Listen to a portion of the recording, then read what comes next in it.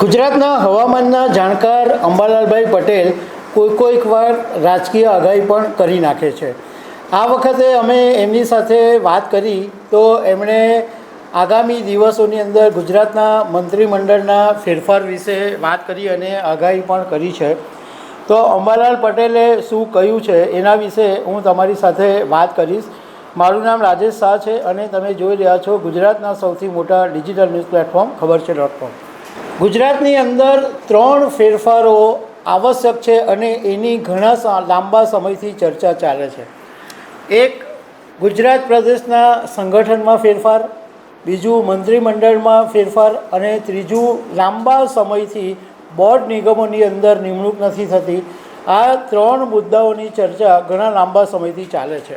ગુજરાતના ભાજપ પ્રદેશ પ્રમુખ તરીકે CR પાટીલ લગભગ લાંબો સમય રહ્યા અને એ પછી લોકસભા 2024ની ચૂંટણીમાં એમને એક્સટેન્શન આપવામાં આવ્યું, પણ ચૂંટણી પછી એમને કેન્દ્રીય જળશક્તિ મંત્રી બનાવવામાં આવ્યા.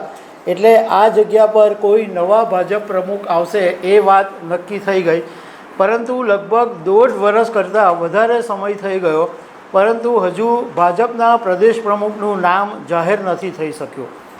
એ જ રીતે ગુજરાત વિધાનસભા 2022ની ચૂંટણીમાં બમ્પર જીત મેળવ્યા પછી ભૂપેન્દ્રભાઈ પટેલની સરકાર બની અને એ વખતે 16 મંત્રીઓ બનાવવામાં આવ્યા અને ત્યારથી એવી વાત ચાલતી હતી કે ગમે ત્યારે મંત્રીમંડળની અંદર વિસ્તરણ આવી શકે છે. પરંતુ એ પણ હજુ સુધી શક્ય બન્યું નથી. હજુ આજની તારીખે ગુજરાતના મંત્રીમંડળમાં વિસ્તરણ નથી થયું. ત્રીજું, બોર્ડ નિગમોના ચેરમેનોની નિમણૂક બાબતે તો ઘણા વર્ષોથી વાત ચાલે છે, પરંતુ હજુ સુધી બોર્ડ નિગમોની અંદર પણ ભરતી નથી થઈ. હવે આને કારણે ભારતીય જનતા પાર્ટીના કાર્યકરો, નેતાઓ બધા જ ઊંચા નીચા થાય છે, કારણ કે બધાને ચાન્સ બી જોઈએ છે અને બધા એ જોવા માંગે છે કે હવે આ પદો પર કોણ આવશે, સંગઠનમાં પ્રદેશ પ્રમુખ કોણ બનશે, મંત્રીમંડળમાં કોણ પડતા મુકાશે, કોણ નવા આવશે. અને બોર્ડ નિગમોની અંદર તો ઘણા બધા લોકો રાહ જોઈને બેઠા છે. અને અમને 2-3 ભાજપ નેતાઓ પાસેથી એવી પણ વાત જાણવા મળી કે આ વખતે બોર્ડ નિગમોની જે નિમણૂક છે એ પણ થઈ જશે, કારણ કે મોટે ભાગની જે વાત છે એ તૈયાર થઈ ગઈ છે. એટલે બોર્ડ નિગમોની અંદર ભરતી પણ ટૂંક સમયની અંદર થઈ શકે. હવે હમણાં તાજેતરની અંદર પ્રધાનમંત્રી નરેન્દ્ર મોદી 20મી તારીખે ભાવનગર અને અમદાવાદમાં આવ્યા અને એ પછી 21થી 23 તારીખ સુધી અમિત શાહ ગુજરાતમાં રહ્યા, સુરત આવ્યા, રાજકોટ ગયા, અમદાવાદ પણ ગયા. તો આ 2 મોટા નેતાઓના ગુજરાતના આંટાફેરાને કારણે પણ એક મોટી ચર્ચા શરૂ થઈ કે આ 2 આટલા મોટા નેતાઓ ગુજરાતમાં આંટાફેરા કેમ મારે છે. તો એક એવું માની શકાય કે જે ઘણા સમયથી આ ઇસ્યુ ઉકેલાયો નથી, તો કદાચ હવે જે જમીન છે જે જાહેરાત કરવાની એ હવે તૈયાર થઈ ગઈ છે અને એનો ઉકેલ આવી ગયો છે, કારણ કે આ 2 મોટા નેતાઓ હમણાં તાજેતરની અંદર એક સાથે આવ્યા.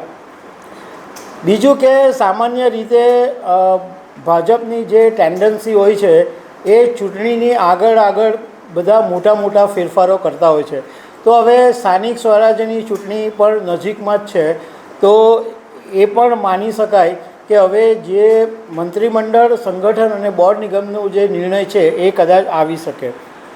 ગુજરાતમાં જોઈએ તો આનંદીબેનની સરકાર, વિજય રૂપાણીની સરકાર અને એ પછી જે ભૂપેન્દ્રભાઈ પટેલની સરકાર હમણાં આવી, તો એમાં કંઈ બહુ મોટો ફેર નથી પડ્યો.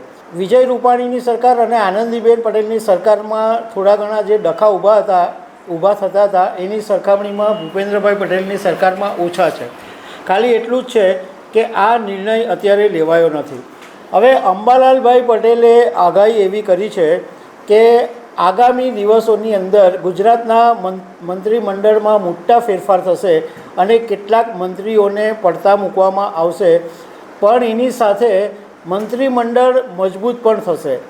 જોકે અંબાલાલભાઈ પટેલે એવું પણ કીધું છે કે મંત્રીમંડળનું વિસ્તરણ થશે એ પછી પણ ભાજપને જે સત્તાધારી સરકાર છે એમાં આંતરિક ડખા ઊભા જ રહેશે.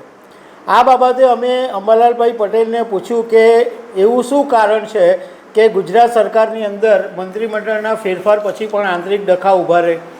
તો એમણે એવું કીધું કે હમણાં ચંદ્રગ્રહણ અને સૂર્યગ્રહણ જે થયું એની જે અસર છે એ 3 મહિના સુધી રહેતી હોય છે અને આ 3 મહિનાની જે અસર છે એ ગુજરાતના મંત્રીમંડળમાં પણ જોવા મળશે. એટલા માટે એવું લાગી રહ્યું છે કે જે સરકાર મંત્રીમંડળમાં ફેરફાર પછી પણ ડખા જે છે એ ઊભા જ રહેવાના છે. અમે એમને એમ પણ પૂછ્યું કે કેટલા સમયની અંદર આ મંત્રીમંડળની અંદર ફેરફાર આવી શકે. તો એમણે એવું કીધું કે સમય કહેવો મુશ્કેલ છે, પરંતુ શક્ય છે કે ટૂંકા ગાળાની અંદર આ સંગઠનમાં ફેરફાર અને મંત્રીમંડળની અંદર ફેરફાર આવી શકે છે. તો દર્શક મિત્રો, આવી અનેક વાતો સાથે અમે તમને મળતા રહીશું. Thank you very much.